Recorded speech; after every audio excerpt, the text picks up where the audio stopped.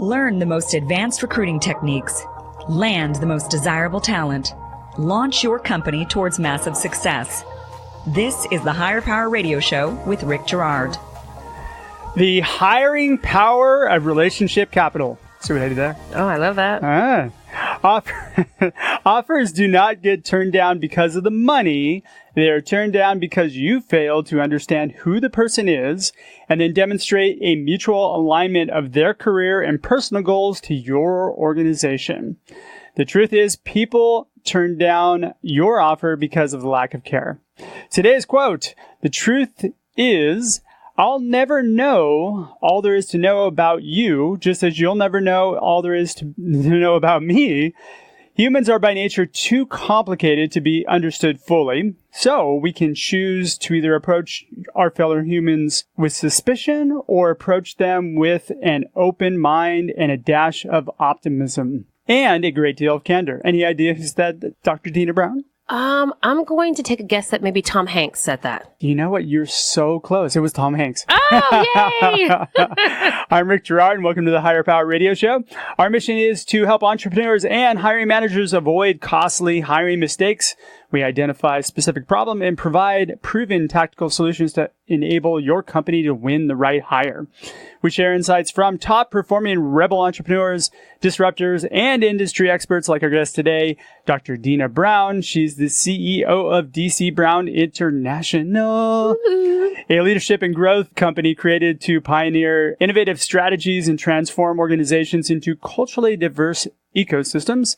Dr. Brown's trademark C3 blueprint, which I believe we're going to talk a little bit about today. Yes. For success, provides a strategic roadmap for organizational leaders to communicate and connect across a multi-generational workforce. Dr. Brown's body of work includes identifying and remediating leadership gaps that are barriers to innovation and growth, which is what makes her a perfect guest for today's topic. Dr. Deena Brown, welcome to the Higher Power Radio Show today. I'm excited to be here. Thank you for having me. It's always a pleasure to bring such innovative insights and to be in the company of such an extraordinary gentleman.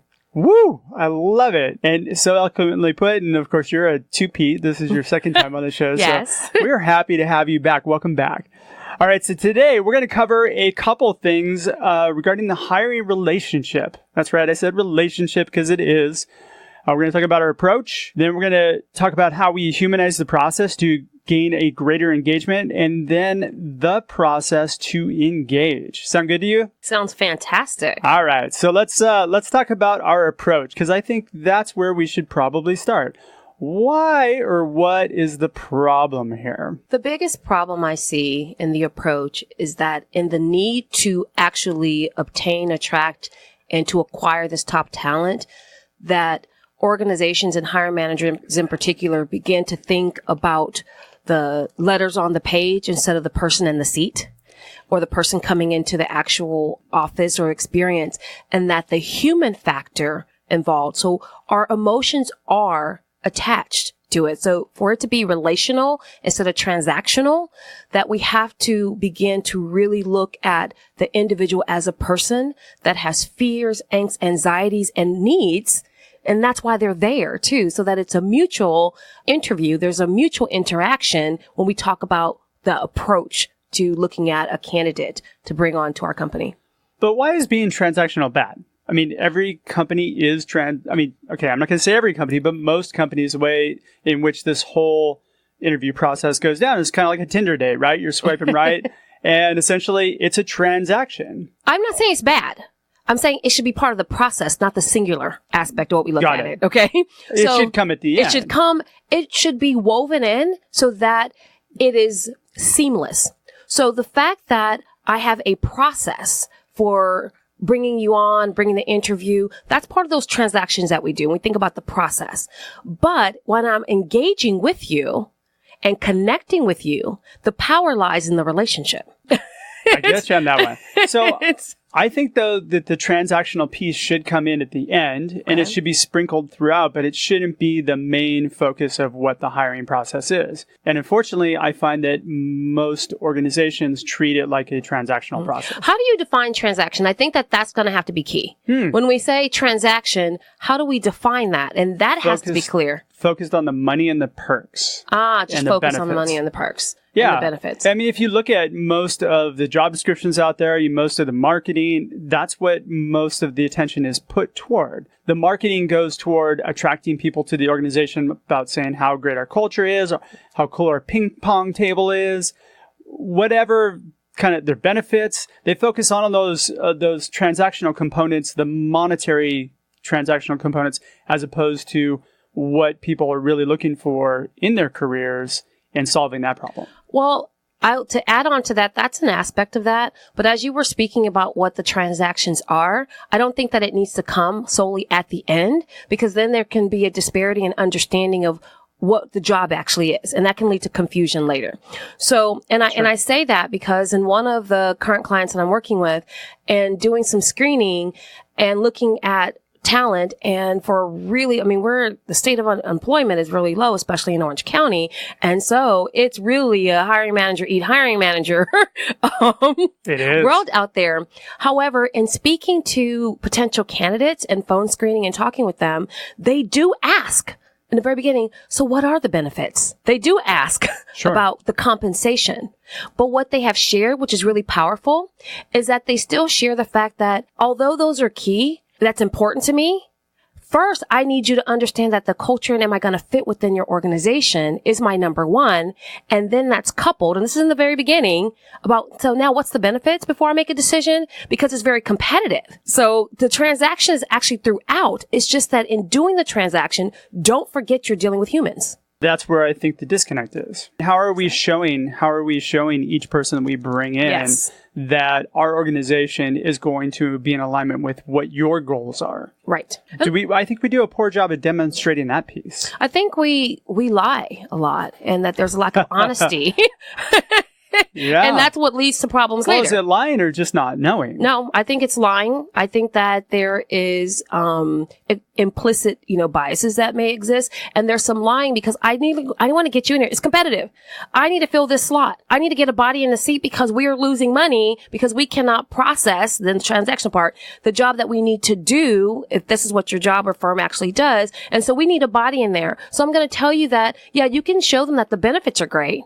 And you can say, so we also have flexibility. And so you're telling these lies in the very beginning and you're getting them excited. You can even say, our culture is phenomenal. Everybody loves us here. And then you get them in, you have them sign their offer letter, and they walk in and bloop, they are dropped into a pit of hell. I've gotten those calls. What the hell did I walk myself into? Right? I think so that's what I mean, the lie. Yeah. Again, like the Tinder date, right? Yes. It's a really pretty picture, but when you show up at the date, pretty much. It's like they're getting catfish. You're talking about that. You're getting catfish. Maybe we should change the title of this to catfishing. Oh, I love that. Right? It's your show. You can change it anything because it still has the same meaning and the same power. And when we provide those particular tips, the problem remains the same. Is that what is the truth being told in the beginning that's going to help us build an authentic relationship? Well, let's go down that road a little bit because this is really important, right? Okay, so is it us lying or is it us not knowing? The executive level will have an idea of what their culture, like their cultural values are. They pick words out of a hat and put it up over the desk, and that's what they are trying to live by. But that's not necessarily, there's usually a misalignment there. I will still say lying for $2, Chuck. And I'll say that why? Because if you stated that this is what your mission, vision, and values are, and you don't live by them, that's not the real truth of the matter. And you're not taking, again, ignorance is not bliss, and it's not expected in an organization when you're attracting people, when you're telling them this. Now, here's something different that you can say. I know we're going to talk about solutions, but when we're talking about the problem, why I say it's lying. So someone can ask you, really, what is the culture like here? Because they ask that question a lot. And you can use the term, it's dynamic.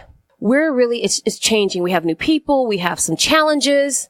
However, we want to bring in individuals like you that's going to help us make some shifts because what we do understand from speaking, talking, and building relationships with our employees is that we have some areas that we need to improve on. Very different than saying, oh, it's fantastic. Everybody loves it here. And you go on Glassdoor or Monster or wherever else, and they are reaming you for having one of the worst cultures that you don't even care about the people. I think transparency is a huge thing. Right. I think actually being dynamic is a little bit misleading. Mm-hmm. You should be honest about what your culture is, because if people know what they're walking themselves into, hey, look, we have a cultural issue here. However, we're working really hard to fix it.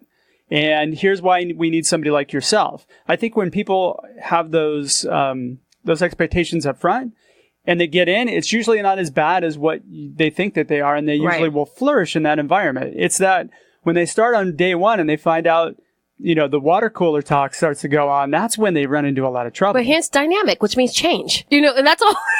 And that's what it is that it's changing, but you still follow up by what are the holes? What are the gaps? Exactly what you said is that here's what it is, because what I will not do is I will not speak death into the relationship.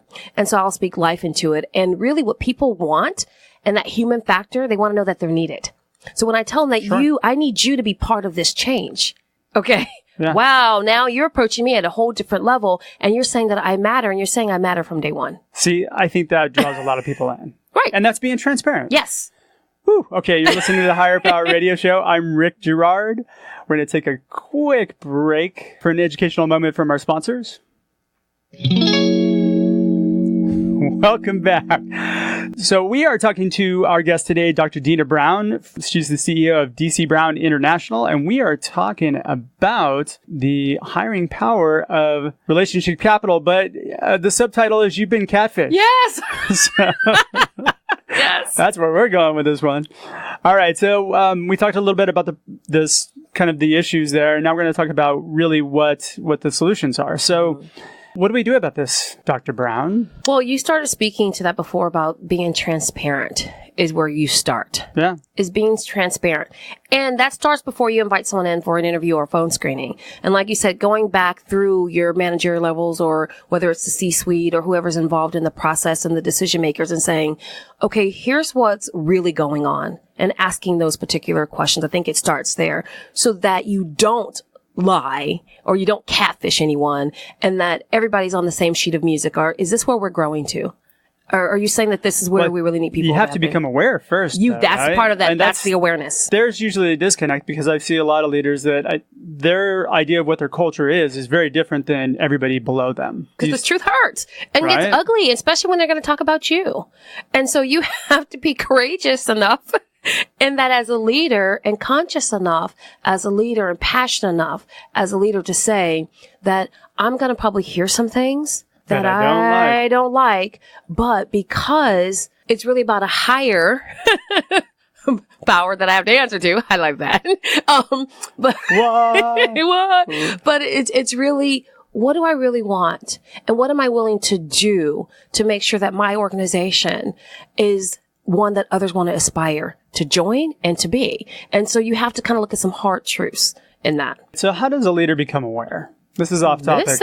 Listen, ask questions. Ask questions. Get out of the office. Get out of 1,000 meetings. And I have a whole new segment on meetings. When you surround yourself with a bunch of yes people sometimes, which a lot of leaders tend to do sometimes, or managers tend to do, then they're not necessarily getting the truth. Get a coach and you can call me and I'd love to work with you to help you get some answers. But see, look at what we just did right there. Right. But beyond that is beginning to look who you have surrounded yourself. You were like 1,000% correct. Look who you are surrounding yourself with. But ask this question about yourself because it still goes back to you. Why do these people feel that they need to be yes people? Is this saying more about them or saying more about you as a leader? It says more about you as a leader. Absolutely. So who do you need to change? Yourself. Yourself as a leader. So it has to start with you, but it also get out. And from my old principal days, we would get from our superintendent and say, when you have to follow up on a situation, and they said, don't discredit everything as just being noise. And said, where there's smoke, there's usually going to be a fire.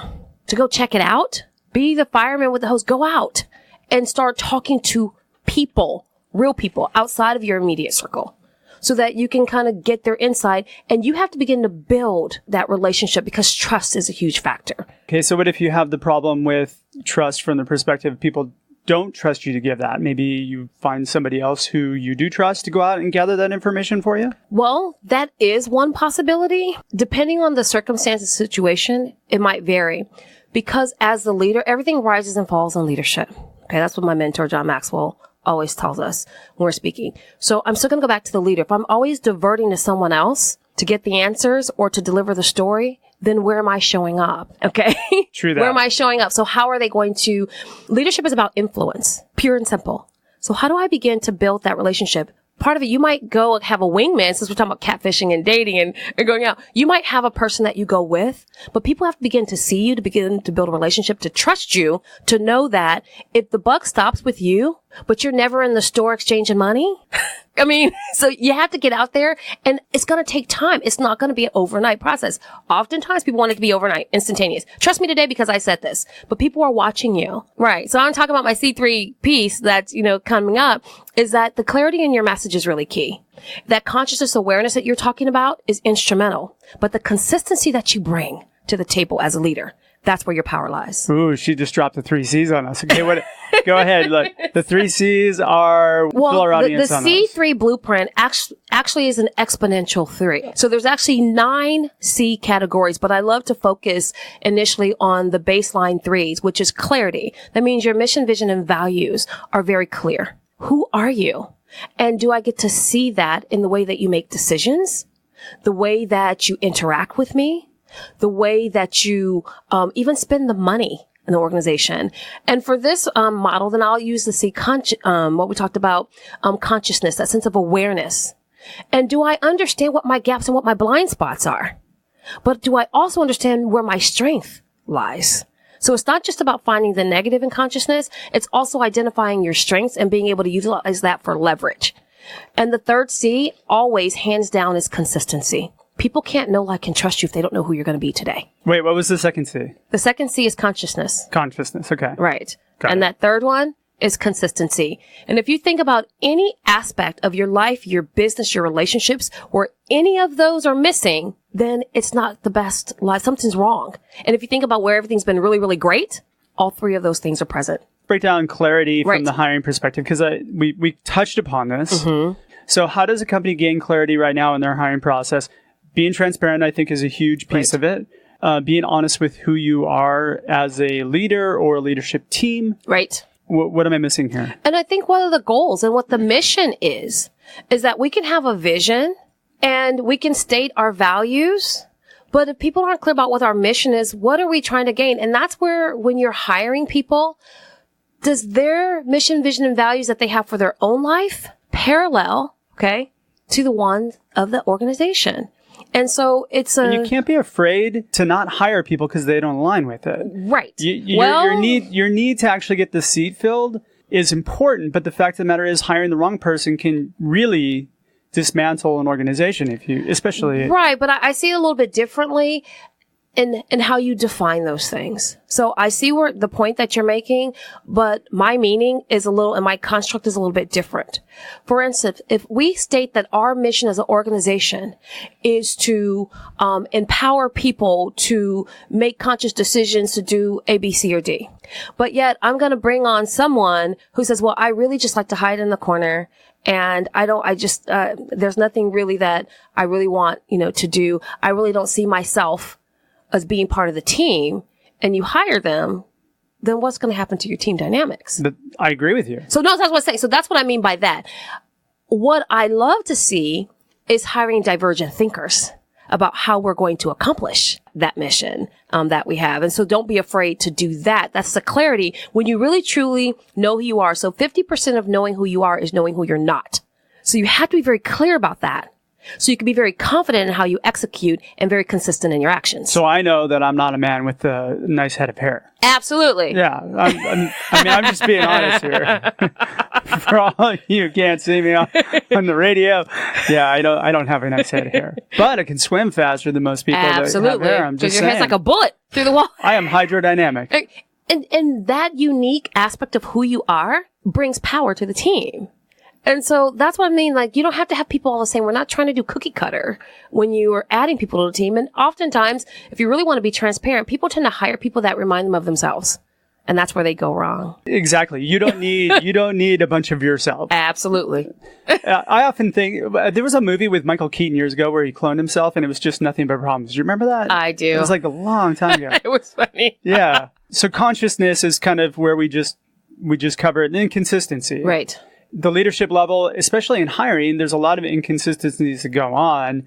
So you really need to hold true to your corporate values and what you need as an organization. And this is why I'm saying don't make the hire because you need to put somebody in the seat. Make the hire because that person's going to enhance the organization. Mm-hmm. And divergent thinking, yes, right? But somebody's still got to fit within the parameters of what the organization is. Absolutely, and that's tricky sometimes. Oh, it's that's very tricky. If this was easy, they wouldn't need people like us to come in and tell them how to help them out how to do it, so how to figure that out. But when we also talk about consistency, we have to think about expectations and responsibilities too. And that's more where that transactional piece, I think, would come in, where you say, where's transactions? Where does it really begin to fit? Is that we talk about roles, responsibilities, and expectations.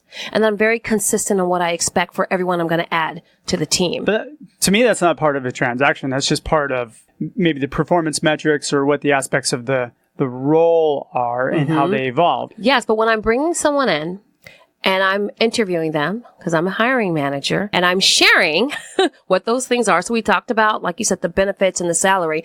I'm going to be paid. That's where the transaction part, as far as responsibilities and expectations, to do this. Correct. And so the information that is shared about how I'm going to be compensated for the task responsibilities, the duties that you have and the expectations you have for me as an employee, there's that transactional piece because why? It now aligns to a salary and a dollar amount that you're setting. Yes. But when that person gets to the end of the process, though, too, if you've done a very good job of connecting to the dots for that person, that person understands how just above and beyond the money, this opportunity will help enhance their career, their growth, their quality of life in general, then that becomes a less important piece than, hey, we need you to come in, fill this job, and here's the money. Yes and no. I agree with everything that you've just said, but I'm going to add a caveat to that. When we hire people, and again, because we're being transparent, we're honest, and we really need them to do the job of 5 people, but we told them that they're coming in paid for half a person. For half a person, right? There's that consistency. What did you say? Okay. But that's part of that. What are our mission, vision, and values? How are we aware what our real needs are as an organization? What are our real needs during this time and this season for this hire, for this part of the team to get to our next level? And then again, when we're bringing people on, are we sharing a consistent message about what we expect of them and what their job would actually be? So if you're going to be playing multiple roles and multiple hats, then share that. But then don't tell Jim when he comes in, Jim, because then I don't want to talk necessarily about, how we treat variance between women and age relationships and all that. And we say, Jim, when you come in, we're going to have you doing this. Now, same job posting, same process that we got going on. And then we had Jill come in, and Jill had a whole different experience about what her expectations were. And then we had Millie, who happens to be 25 years old. We gave her something different. Oh, okay. That's number one. That's just lazy and taking your old job description and keep recycling it, right? But number 2, set performance metrics for each person so that within a 90-day to 6-month window, that person understands what they need to achieve in order for them to be successful or be evaluated even in the role. Right. So the performance metrics, when do you begin to share that as far as what the expectations are? Oh, so Absolutely, 100%. Should be in your job description. Okay, should be in your job description. But usually people say, I read the job description. Now, is there anything else? Most job descriptions don't have performance metrics put into them, yes. Which is why they need to hire you to come in and help them make sure that they are setting those up, and so they can set themselves up for success. And it's not that difficult of a conversation to sit down and do that. I just think that we are not conditioned to do that. Right. Which talks about the mindset piece that we're saying that we keep thinking we forget, and that awareness piece. So it all goes back to, again, when I said those 3 C's, what's missing from that? Clarity. Okay. Yeah. And so... clarity is really the first piece on a lot of these, right? It's always the first piece to that. It's always the first piece. Clear about what your needs are and how you want that person to solve whatever problem your organization is currently dealing with. I find that most startups don't know. Right. They just know that they have a hole in the boat and they need somebody to come fill it, and they're willing to kind of really just stick anybody who's going to plug that hole. And that's where you run into issues. Right. All right. Give me your 3 takeaways on this. By the way, great. Wow, my takeaways. Yeah. We've had such a We're great... getting speeded up here from Paul, our yes. engineer. Okay. So the takeaways. Number 1 is really care about the relationship. And that although there are transactions that are necessary in the exchange, the human part of that is a key aspect of that. Okay. That's where it holds. Yeah, you're hiring humans, be a human. Well, in an age of AI, but we won't go there. But yes, don't forget the human factor. Well, those jobs are all going away. Yes. And then 2, having very clear values. Be who you say you are. That's what your mission, vision, and value statement is that you put on your website, you have on your business card, and you have emblazoned across the front of your company. Make sure that you are who you say you are. As a leader, absolutely. As a leader and as an organization. And that you're hiring people that, again, align with that. Well, I think if you have a bad culture or if you have a culture that's not working, it always comes from the CEO down. Absolutely. 100%. Yes, that's a whole other show. And then provide growth opportunities to augment or improve whatever area that is needed. So for your internal customers, and again, I say customers because they are, we also always deal on the external, is that do you have growth opportunities? Do you have an opportunity for them to find their gaps, their blind spots, and work on them? Well, that's what gets people to lean into your organization. Right. If you need somebody to come in and do the exact same work that they're doing in a different company, then the only thing that you really have is higher compensation. Right. But if you've got the ability for them to grow in their career, do something better, or, something that's going to give them some sort of what they're looking for out of their career. But also help you innovate. Right? And so as they continue to level up, so will your organization. And so find ways that you incorporate that as part of the process from day one, identifying what those needs are and helping people grow to their next level. And boom, with that, we are going to have to conclude. We're just out of time for today's show. Deena, thanks so much for your time investment today. And welcome to the Higher Power Radio community. Now, I'm sure that some of the members of our community are going to want to reach out to you and find you. How do they reach you? You can reach me at www.dbcoachingandconsulting.com. And you can definitely follow me on Instagram at Dr. Deena Speaks on Instagram and Twitter. But if you really truly want to connect with me, listen to my podcast, Walking Through Glass. Yes, it's an awesome podcast, by the way. We didn't even mention that. I'm sorry. We didn't even mention that, but that's okay. It's a phenomenal piece, though. It's also the same title of my upcoming book, Walking Through Glass, the ultimate guide to be sane, sexy, and significant in a male-dominated world. I should be on that since I'm sexy in a male-dominated world. Yes. All right. I want to thank our listening audience for tuning into this week's episode of Higher Power. A quick thanks to our team, our engineer, Paul Roberts, our producers, Andrea Ballin, Shanti Ryle, and Ayla Gerard. If you're listening to the podcast, please subscribe, review, and share. Hey, we're so appreciative of the feedback that you guys have been giving us. After all, this show's for you. You can join the Higher Power Radio community at Higher, that's HIRE, Power, POWER, Radio, RADIO.com, or you can reach me at Rick and Stride Search to learn about our webinars and upcoming workshops. Tune in next week. Our guest is going to be Steve Higginbotham. Steve is actually a branch manager over at Volt Workforce Solutions. I'm your host, Rick Gerard, and you have been listening to the Higher Power Radio Show. Aloha. Aloha. Thank you for listening to Higher Power with Rick Gerard on OC Talk Radio.